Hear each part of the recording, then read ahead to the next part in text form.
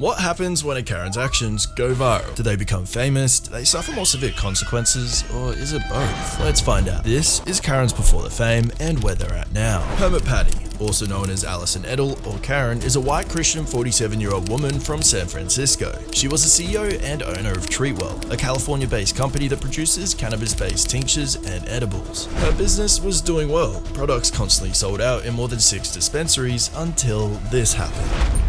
This woman don't want to let a little girl sell some water.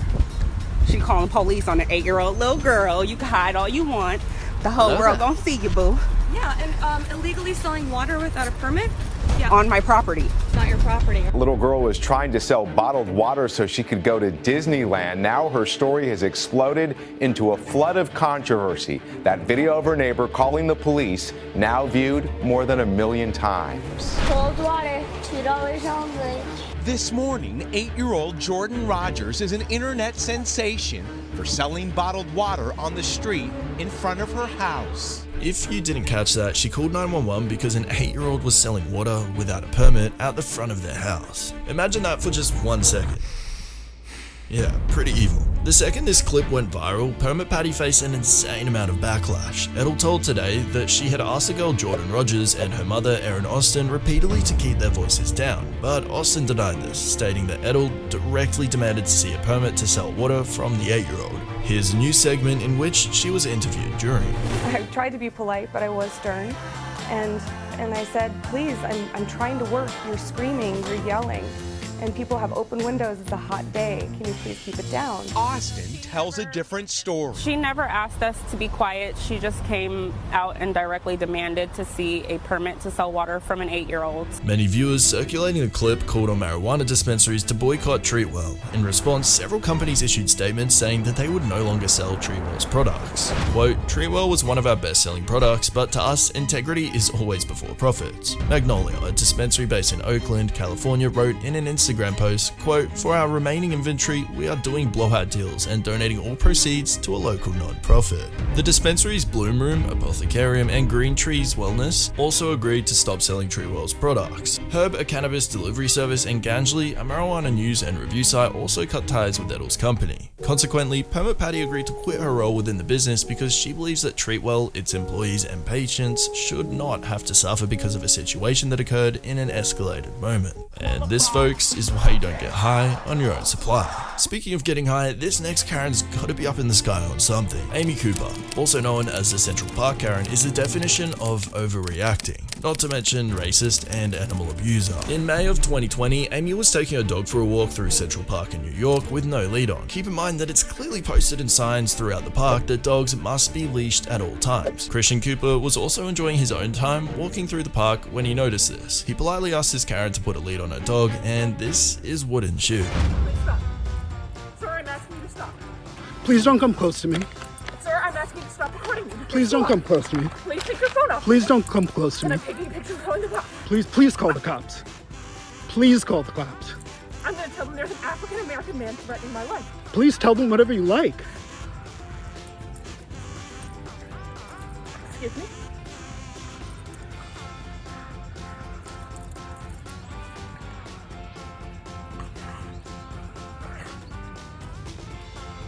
I'm sorry, I'm in the Ramble, and there is a man, African-American, he has a bicycle helmet. He is recording me and threatening me and my dog. There is an African-American man, I am in Central Park. He is recording me and threatening myself and my dog. And my... I'm sorry, I can't hear you either. I'm being threatened by a man in the Ramble. Please send the cops immediately. I'm in Central Park in the Ramble. I don't know. Thank you. This entire situation is an eyesore. Social profiling, animal general craziness, it's just got it all. Evidently, the clip went viral on social media, thank God, and the law caught up with Amy. On July 6 of 2020, the Manhattan District Attorney announced that Amy Cooper had been charged with filing a false police report. This charge is a misdemeanor with a penalty of up to 1 year in jail. Amy had this to say about the incident. I sincerely and humbly apologize. Officials say her actions that day put Christian Cooper's safety at risk. In a statement, the district attorney said in part, fortunately no one was injured or killed in the police response to Ms. Cooper's hoax. Christian Cooper is calling the case a distraction and said in a statement he remains focused on fixing policing and addressing systemic racism. Unfortunately, and somehow, this apology seemed to work, as Amy was let off with just about no charges. All right, Steph, you were talking about the fact that she is actually facing a misdemeanor charge. So what does that mean in terms of punishment? Are we talking jail time? Yeah, potentially, Hoda. It carries up to a year sentence in jail time, but prosecution says they don't want her to serve jail time. Instead, they want her to attend an education program to better understand the implications of what she did. After some digging, however, we were able to find out that Amy lost her job and her beautiful dog was taken away from her, so at least there was some justice. I hope this pup is with a loving family, eating good today. While we're on the topic of eating good, this next Karen has been labeled the Chipotle Karen. Let's find out why. So, Chipotle Karen, or Jillian Westenberg, is a 32-year-old woman with quite the trigger finger. Jillian was exiting a Chipotle in Orion Township, Michigan with her husband Eric Westenberg when she bumped into African-American 15-year-old Michaela Green. Tequila Hill, Michaela's mother who was with her, states that this then led to an argument and accusations of racism. Wants to violate a 15-year-old. No, I'm asking a question. She's a child. She bumped into me when So if she did something wrong, she needs to apologize. If she did this something ignorant wrong, woman bumped into a 15-year-old. Correct. And you're on camera. Okay. You're feeling threatened. Okay, well, go in. No, Mom. I got this. You're blocking me from getting my girl. No, we weren't. No, we weren't. No, we weren't. You're ignorant.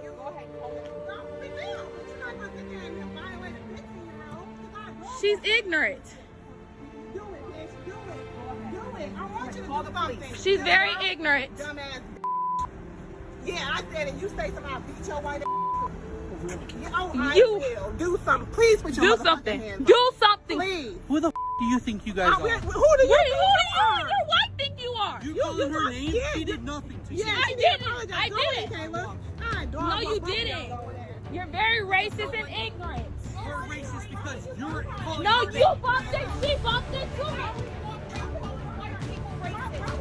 You cannot just walk around calling white people racist. This is not that type of world. White people are racist. Why would you bump her? No one's Why racist. would you bump her? I Why care did you about say you. sorry? I care Why about did you say you. sorry? And I'm sorry if you Why had did you an say incident sorry? that was made If you someone bumped make into you her, feel why like did you that. say sorry? No one is racist. If you didn't do I'm anything sorry wrong, if you had something like that. Ignorant. Very. Ma, watch.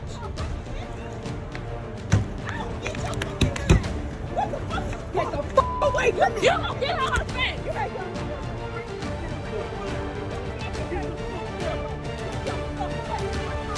Jillian then loads a bullet into the chamber of her pistol. If you didn't see it, Tequila's mother was almost hit by Eric Westenberg as they were trying to exit the premises. She then smacked the rear end of the car in anger, leading to the gun being drawn.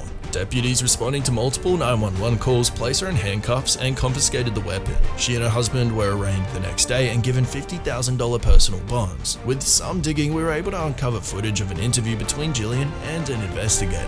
So you felt like you had no choice at that point, but to pull the gun? Yeah. Is that what was in your mind? Yeah, just, I need to live. Jillian, along with her husband Eric, were charged with felony assault, which carries a sentence of 1 to 20 years in prison, depending on the specific provisions of the state sentencing guidelines. The case is expected to be wrapped up early next year. For the meantime, however, we were able to find out that both Jillian and Eric lost their jobs after the incident. Honestly, this one's pretty messy. A lot of people support both sides here, but in my not so expert Australian opinion, I really don't see any reason to pull a gun out in this specific situation. Let me know what you think in the comments down below.